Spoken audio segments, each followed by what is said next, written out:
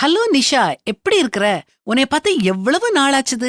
வா வா, அங்க உட்காந்து பேசுவோம்னு தேன்மொழி உற்சாகமா சொன்னா. நிஷா பெருமூச்சு விட்டுக்கிட்டே, என்ன வாழ்க்கைன்னு இருக்குது. உண்மைய சொல்லப் போனா நான் சந்தோஷமா இல்ல. என் திருமண வாழ்க்கை திருப்திகரமா அமையல. அவர் குடிக்கல, அடிக்கல, பெரிய பிரச்சனைன்னு ஒண்ணும் இல்ல. ஆனா எங்க 2 பேருக்கும் ஒத்து வரல. என் பிள்ளைங்களுக்காக அவரோட சேர்ந்து வாழ்றேன். பிள்ளைங்க மட்டும் இல்லாட்டி என்னைக்கோ அவரை விட்டு நான் போயிருந்திருப்பேன்னு சொன்னா. இந்த காலத்துல நிஷா மாதிரி நிறைய பேர் சொல்றாங்க, பிள்ளைங்களுக்காகத்தான் நாங்க சேர்ந்து வாழ்றோம். ஆண்களும் இப்படி சொல்றாங்க. இவங்க ஒரு பெரிய விஷயத்த மறந்துடுறாங்க. குழந்தைங்க உருவாகிறதுக்கு காரணமானவங்க யாரு? தாய்மை அப்படிங்கிற உன்னத அனுபவத்தை உங்களுக்கு கொடுத்தது யாரு? உங்க பிள்ளைங்கள தங்களுடைய வயிற்றுல சுமந்தது யாரு? நமக்கு கிடைச்ச நன்மைகளை, ஆசீர்வாதங்களை நாம சந்தோஷமா ஏத்துக்கிடுறோம். ஆனா அத நமக்கு கொடுத்தவங்கள ஈஸியா மறந்துடுறோம்.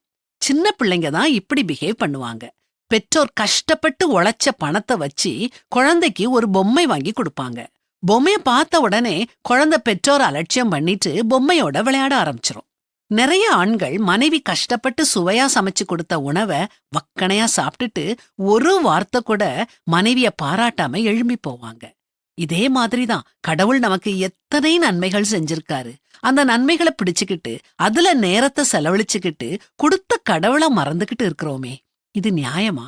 நன்மையான எந்த ஈவும் பூரணமான எந்த வரமும் பரத்திலிருந்துண்டாகி சோதிகளின் பிதாவினிடத்திலிருந்து இறங்கி வருகிறது. பரிசுகள்ல மட்டும் கவனம் செலுத்தாம அதை கொடுத்தவங்க மேலும் கவனம் செலுத்தும் போது நம்முடைய உறவு பலப்படும். கடவுளுடைய அன்பை பிரதிபலிக்கிறவங்களா நாம இருப்போம்.